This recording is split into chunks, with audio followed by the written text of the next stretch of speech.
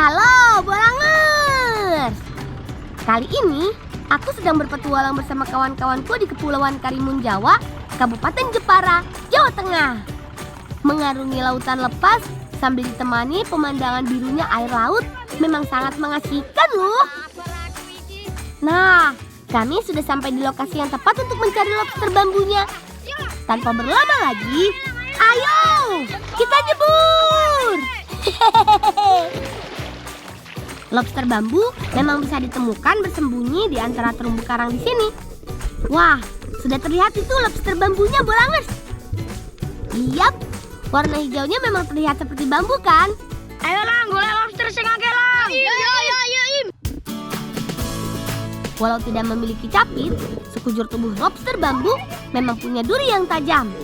Makanya, kami perlu berhati-hati menangkapnya dengan tangan kosong seperti ini.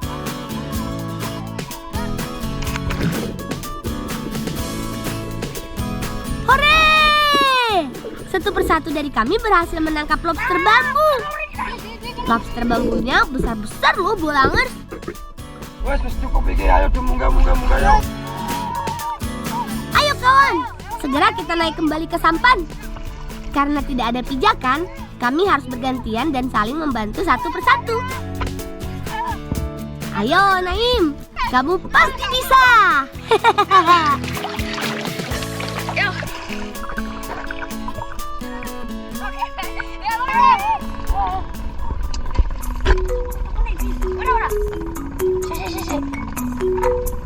Sini kita. Wah, iya. Ngapurane aku arti mau ngelihat. Sudah. Yang penting lobsternya sudah terkumpul semua. Tidak sia-sia kan, Bolangers, hasil jerih payah kami mengambil lobster ini. Ternyata memang tidak semudah yang dibayangkan.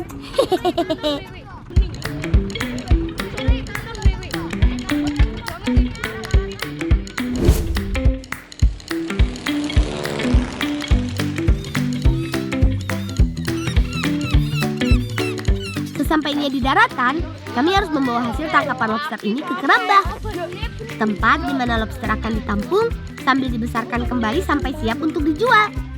Tapi Ngapa rupa mau merengut ngono? Potong gua wis ngeleh lang. Terus lobsternya dipangan sebagian wae yo. Emang oleh karo Pak Lek. Ya wis gampang takon Pak Lek. Ya wis. benar juga sih, Bolangers. Setelah asik menyelam tadi, perut kami jadi keroncongan deh. Biar kembali kuat melanjutkan petualangan hari ini, lobster bambunya bakal kita buat masakan ala kami dulu ya. Im, di ini si Im lobster Im. Iya lang. Tang, jalan lihat bumbunya Tang. Yo. Anu Im. Pertama-tama, belah dulu lobster segarnya menjadi 2 bagian. Belah menggunakan pisau dari bagian leher sampai ekor seperti ini. Gak lupa ada tambahan bumbu dari bahan rempah seperti bawang bombay, cabai, daun bawang, jeruk nipis sampai tomat. Bumbu ini cukup dipotong-potong untuk ditambahkan pada masakan lobsternya nanti, Bolangers. Wah, dijamin rasanya bakal lebih gurih dan seger kan? Vin. Genine durep Kevin. Yo lang, ini lagi tak gawe lang. Supaya lebih cepat matang, kami siapkan dulu api dari kayu bakar yang nantinya mau dibuat sampai menjadi bara nih. Im. Kita selesai aku tak ngotok godong sik ya. Yo lang, yo. Oh iya, jangan sampai lupa ada potongan daun pisang untuk membungkus lobster bersama bumbu saat dibakar nanti. Iya, jadi mirip dipepes gitu, Bolangers. Nah, daun pisang sudah siap. Sekarang tinggal bungkus lobsternya nih. Ayo, Im, taruh lobsternya di atas daun pisang. Biar tidak amis, beri perasan jeruk nipis langsung ke lobsternya dulu ya. Baru deh, tabur semua bahan bumbu yang sudah dipotong-potong tadi. Terakhir, tinggal tutup rapat dan ikat supaya tidak mudah terlepas. Lang, gini jadi lang. Yo, Vin, yo. Ayo kawan, langsung saja kita bakar di atas bara api seperti ini. Dap. Hop. Ono bolang ke. Lang, ayo lang, meluk dolan bola-bolangan lang ning kono lang. Ya wis dolanan yo. Ya wis ke dolanan aku tak njogo lobster iki. Yo.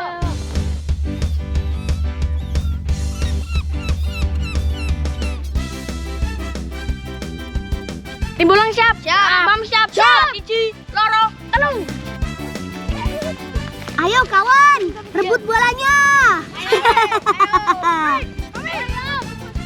Selagi menunggu masakan lobsternya matang, aku bersama kawanku menyempatkan untuk bermain lempar bola dulu nih Bolangers. Gak cuma saling lempar, tangkapan bola harus dimasukkan ke dalam ring lawan. Hore! Aku berhasil memasukkan bola. Ayo, kita lanjutkan lagi permainannya. Waduh, tim lawan juga berhasil memasukkan bola. Ya sudah, menang atau kalah, di sini jelas bukan masalah Bolangers. Yang penting, kami semua bisa bermain bersama sambil seru-seruan pastinya.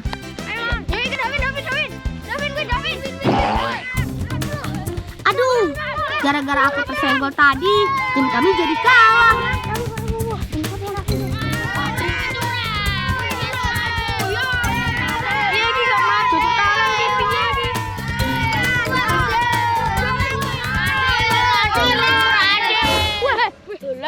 Tukaran. Ayo iki panganan wis dadi. Ayo utang wis ngelek iki. Waduh, aku kira siapa tadi? Bikin kaget saja kamu, Im.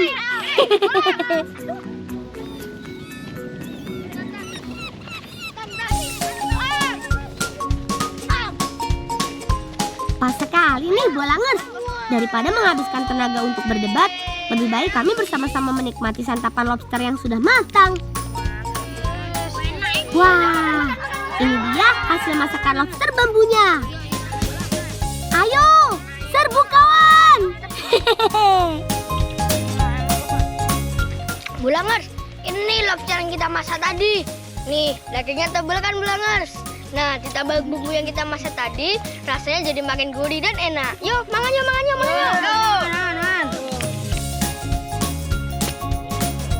Rasa gurih dan manis dari daging lobster bambu ini memang gak bohong deh. Apalagi lobster yang kami masak ini masih seger banget. Kandungan protein pada lobster memang terbilang tinggi. Bagus untuk perkembangan otak dan otot di usia pertumbuhan seperti kami ini Bolangers. Makanya gak heran deh, lobster jadi salah satu makanan laut yang paling digemari. Harganya pun juga nggak bisa dibilang murah loh. Beruntungnya kami bisa menikmati cita rasa makanan laut dari hasil tangkapan kita sendiri.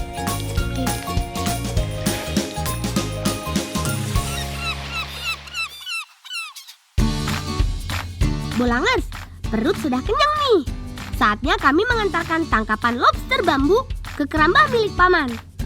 Iyap, salah satu kerambah yang berada di tengah laut ini memang diperuntukkan untuk budidaya lobster bambu loh. Sepertinya kami sudah ditunggu oleh paman tuh. Kayak pale ke? Kalau.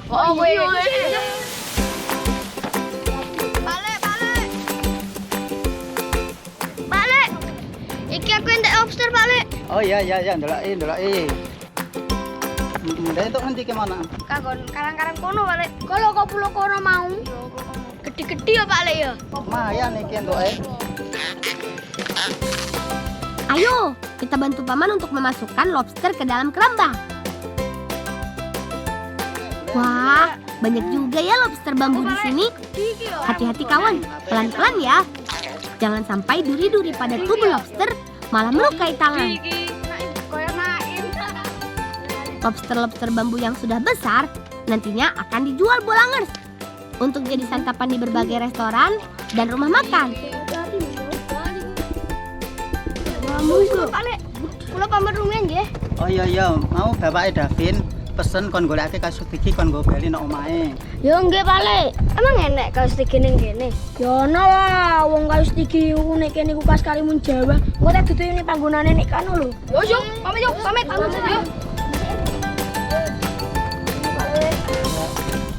Untuk mencari kayu stigi, kami masih harus bertualang di salah satu pulau yang ada di Karimun Jawa Bolangers.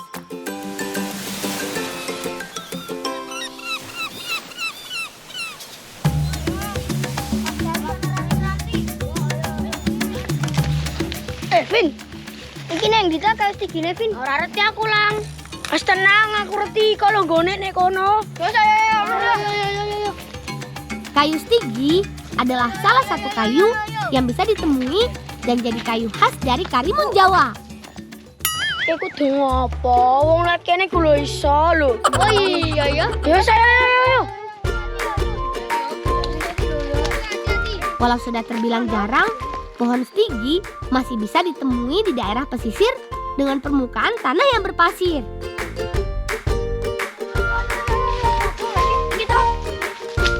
Kilo pokok stigine atos iki. Saya dikerja. Kene. Aku tak arep kene. Pohon stigi dapat dikenali dari warna kulit batangnya yang berwarna abu kecoklatan dengan bintik-bintik seperti ini. Batang stigi berkelok tidak lurus, mempunyai serat alut keras, bahkan lebih keras dari jenis pohon lainnya. Ayo Naim, yang kuat gajinya. Iki keras. Biar tidak kehabisan tenaga, kami gantian menggergajinya. Lumayan nih. Ayo lang, Mas. Tangannya kena gaji, Lang.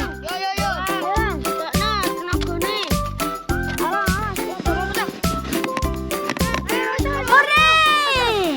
Akhirnya berhasil terpotong bolangers. Biar memudahkan kami membawanya, bersihkan dahan-dahan kecil dengan cara dipotong. Batang kayu stigi yang panjang dibagi menjadi beberapa potongan. Oh iya bolangers, kayu stigi memang dimanfaatkan untuk kerajinan khas Karimun Jawa oleh warga setempat. Nah, sudah terpotong semua. Ayo kawan, ikat dengan kuat potongan kayu stigi ini.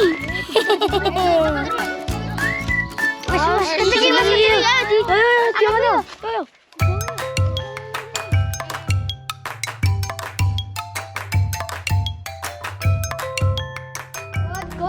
Go. Pade. Iki kayane Pade. Belang, kayune dok kono. Ayo dimulai. Akhirnya kami tiba juga di tempat perajinnya bolangers.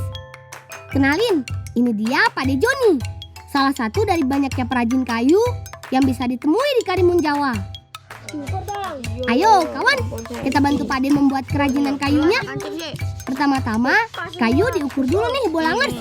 Lalu potong-potong sesuai dengan ukuran yang diinginkan.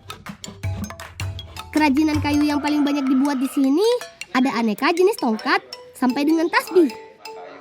Hasil kerajinan ini memang sudah dikenal jadi oleh-oleh wajib kalau kalian datang ke sini bolangers. Gak cuma dari kayu stigi, ada kayu Dewan Daru dan kayu Kalimasada yang bisa dijadikan kerajinan di sini. Makanya kekuatan kayu khas dari Karimun Jawa sudah tidak diragukan lagi deh. Ya, aku tangan lebih pakai gawe bahan tasbih. Pade, aku melu Pade.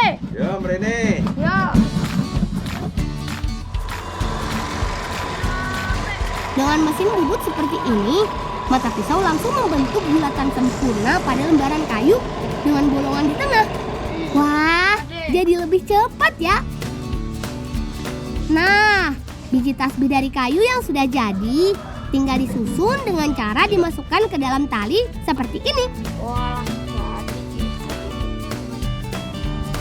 Oh iya, baru ingat. Kalau kacamata lintang yang rusak, aku bawa nih. Mumpung di sini, sepertinya aku mau minta bantuan Pak De untuk dibuatkan penggantinya. Aku nemu kayu sisa. Jadi gawe kacamata ngene ra Pak De. Ayo lang yo. Soalnya Pak De. Kita kayu apik, ayo digawe. Asik, ayo Pak De, kita buat segera. Gak perlu panjang-panjang, cukup potong sesuai dengan ukuran kacamata yang mau dibuat. Lalu kayu dilubangi dan dibentuk sampai akhirnya seperti kacamata ini bolangers. Biar halus dari serat-serat kayu, permukaannya harus diamplas. Nah, iki wis Pak De iki. Yo wis halus tak cete. Oh iya Pak De. Wah, sudah diberi warna nih. Makin kelihatan kan hasilnya? Gak lupa diberi kaca dan sambungan dengan tali karet untuk ikatannya. Ikate. Pak jadi Pak De. Iya, wis jadi iki. Nah, Api iki yo Pak yo. Iya, Tak api. melintang. Iki kacamata-kacamata. Lah, tenan lang. Lah, api tenan kuwi. Wah, iya ya api tenan. Iya, api tenan kuwi sing gawe lang. Iya, karo Pade iki. Wah, sun Pade. Sun Iya. Pade. Ya lang. Untung kacamata renang buatanku bersama Pak De sudah jadi. Senang rasanya bisa menggantikan kacamata renang yang rusak. Semoga awet ya.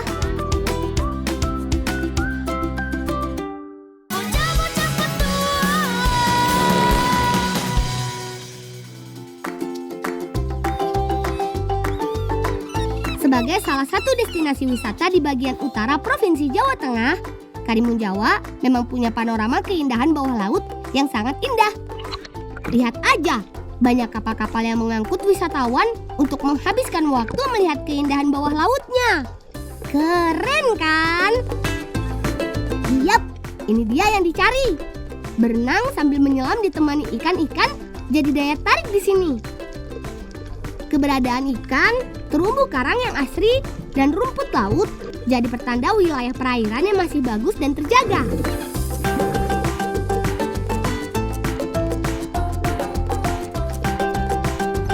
Ini kan dito, ku mengawangi panen rumput laut. Oh, emang pengen nenek rumput laut. Gimana? Kono lang. Sekarang kami ajak Bolangers bergeser ke bagian utara perairan Karimun Jawa nih.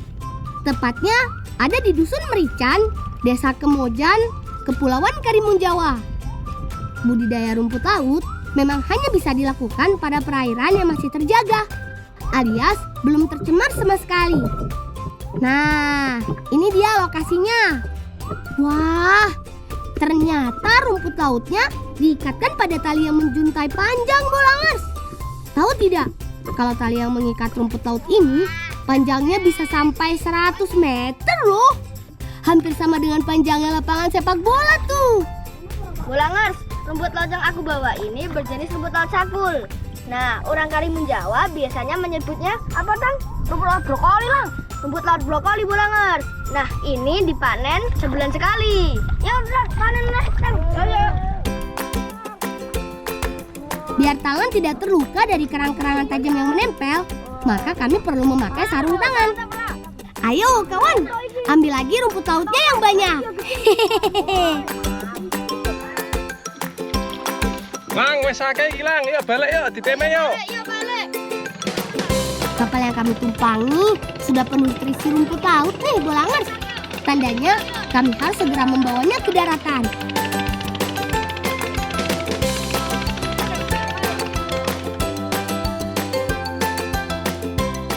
Sesampainya kami di daratan, sudah ada Kak Sandra tuh yang sedang menunggu panen rumput laut ini. Rumput laut ini kemudian dijemur langsung di bawah terik matahari sampai benar-benar mengering. Ayo kawan, ditata yang rapih supaya cepat kering. Bude. Iki lan jemur pirang dino, Bude? Telung dina garing iki lang. Oh, diratano. Lang. Lamanya penjemuran memang tergantung dari teriknya matahari. Tujuannya supaya rumput laut bisa tahan lama alias awet. Wes rapi kabeh, ayo lang ya ngono ya. Jiku iso garing-garing kuwi. Ayo, Mbak, ayo. Nah, seperti ini wujud rumput laut brokoli yang sudah mengering. Memang warnanya sudah tidak kehijauan lagi, melainkan kecoklatan. Rumput laut kering inilah yang bakal dikirim untuk dijadikan bahan baku utama pengolahan industri kosmetik dan obat-obatan. Iki emang iso dipangan? Iso lah, wong iki enak polo. Yo, enak tenan kowe. Wah, aku jadi penasaran. Seperti apa ya rasa rumput laut ini?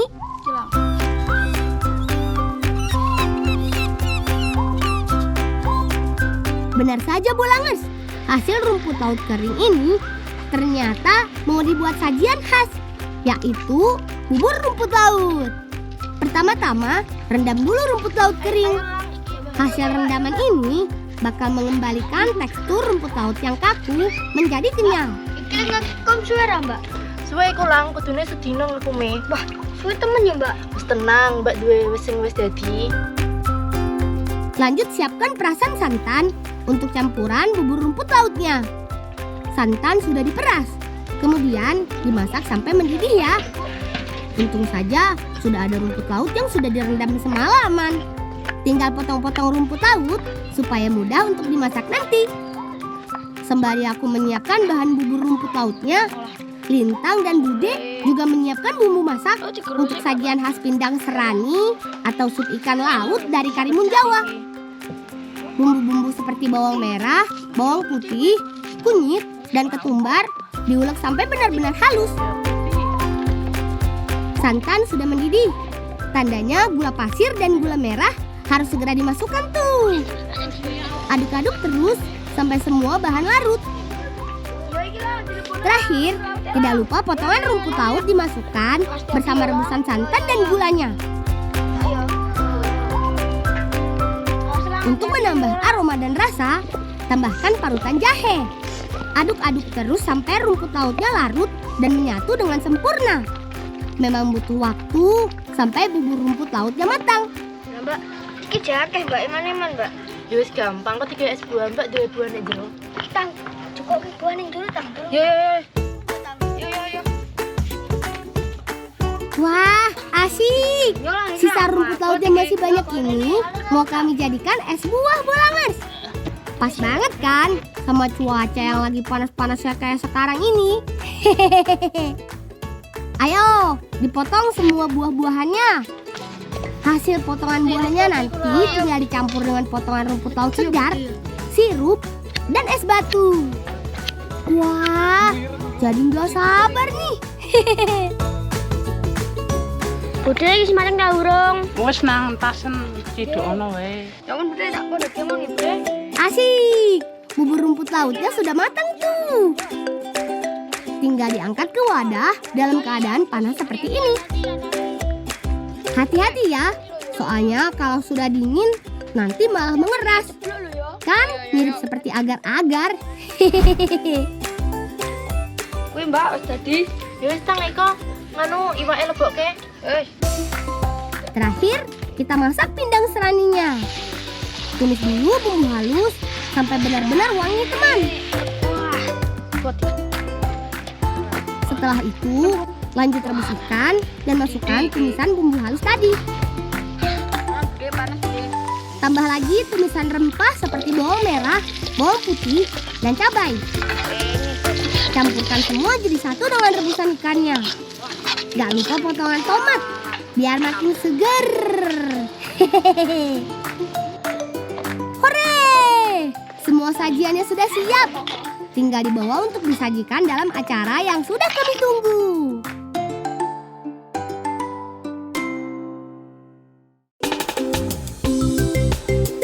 Bolangers, saat ini kami sedang berada di atas salah satu kapal milik paman yang baru saja selesai diperbaharui. Sajian yang kami buat ini memang untuk mensyukuri kapal yang sudah jadi. Tanpa berlama lagi, ayo semuanya, silahkan dimakan. Sup ikan pindang serani punya rasa asam dan pedas di mulut. Enak tenan.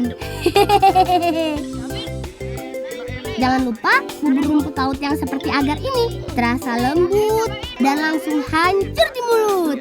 Nikmat. Terakhir, ayo jangan lupa es buah rumput lautnya. Wah, rasanya makin seger.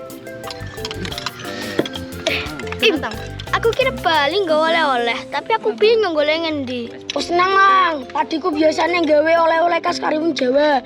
Wis ayo yang mangan yo.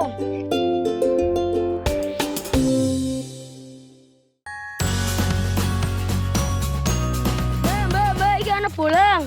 Iya Lang, ana apa Lang? Aku rep golek oleh-oleh khas Karimun Jawa, Mbak. Pas banget Lang, iki panggonane gesek khas Karimun Jawa. Ayo ngewangi. Yap, ini dia salah satu oleh-oleh andalan dari Karimun Jawa. Iwak gesek, alias ikan laut yang diasinkan. Pertama-tama, bersihkan ikan dari sisiknya dulu, Bolangers.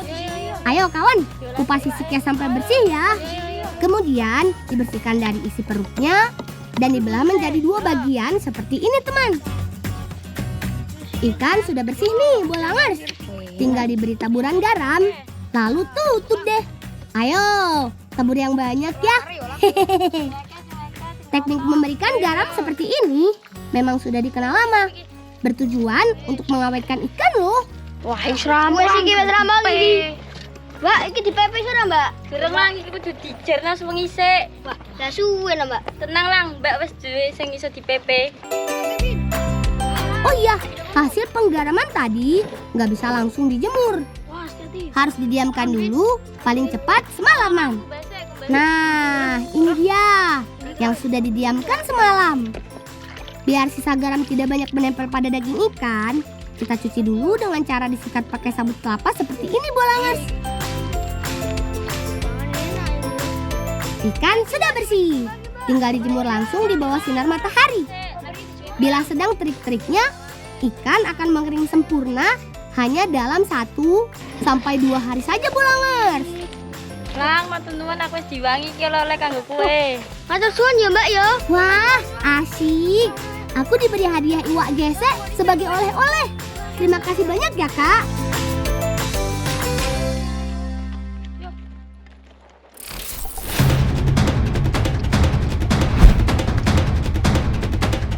Wah, lihat, ada hiu. Bolangers, tolong. Kami dikelilingi oleh kawanan hiu nih. Hehehe. Tenang kok, Bolangers. Ini memang salah satu wisata atraksi yang nggak boleh dilewatkan kalau berlibur ke Karimun Jawa.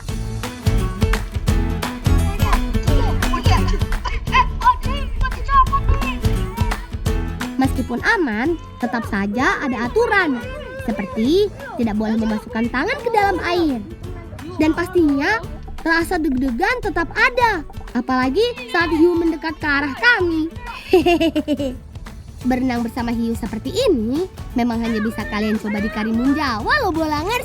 Hehehe.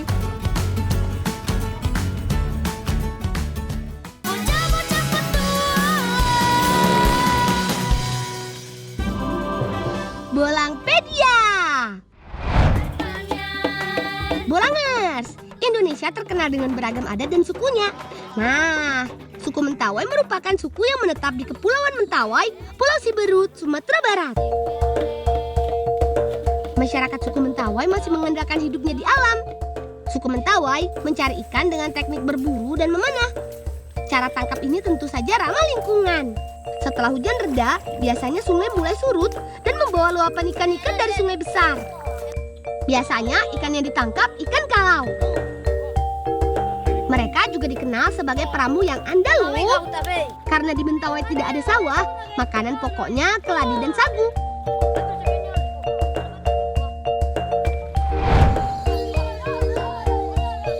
Suku Mentawai punya cara unik menyimpan sagu.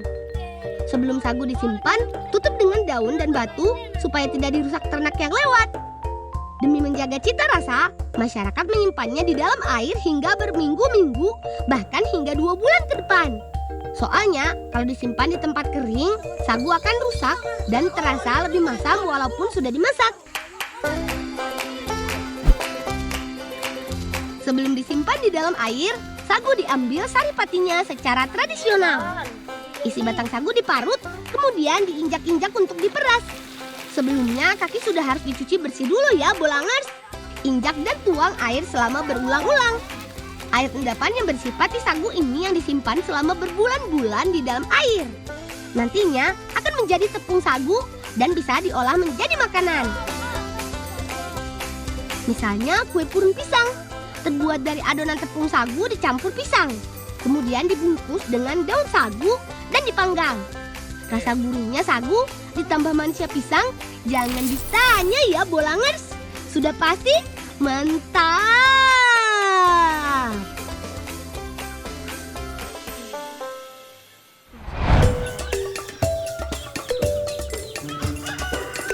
Ada lagi nih yang unik, Bolangers, dari kebiasaan masyarakat Mentawai, yaitu memelihara ayam dengan cara digantung.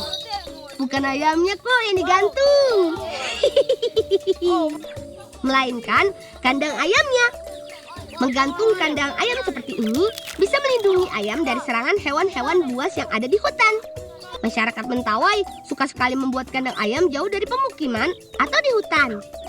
Ini bertujuan supaya ayam tumbuh sehat dan tidak mudah terjangkit penyakit. Nah, kalau sudah sore, waktunya ayam-ayam pulang dan dipanggil dengan kentongan. Dengan membunyikan kentongan seperti ini, maka ayam-ayam akan kembali ke kandang dengan sendirinya. Pinter-pinter ya ayamnya Bolangers.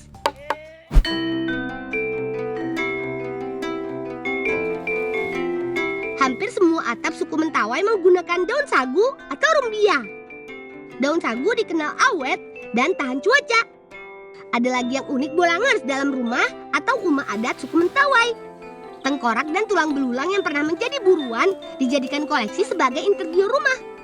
Ini juga sekaligus sebagai penanda kelas sosial. Semakin banyak hasil buruan, maka penghuni rumah akan semakin disegani. Karena dianggap sebagai orang yang pandai berburu. Setiap rumah yang dimiliki para Sikirei di sini dibangun menggunakan kayu jenis katuka dan beratapkan rumbia. Membangunnya pun tidak menggunakan bahan-bahan material modern seperti paku, melainkan pasak kayu, teknik ikat, tusuk, dan sambung.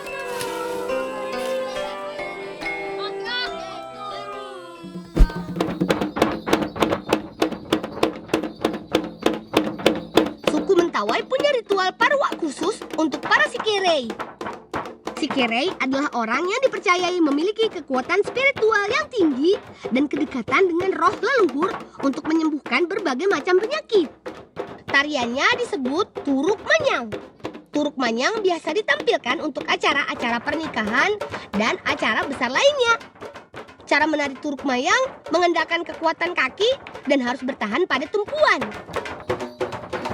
Tarian Manyang ini bercerita tentang perjuangan Sikirei pergi ke hutan mencari dedaunan sambil berburu. Keren kan, Bolangers?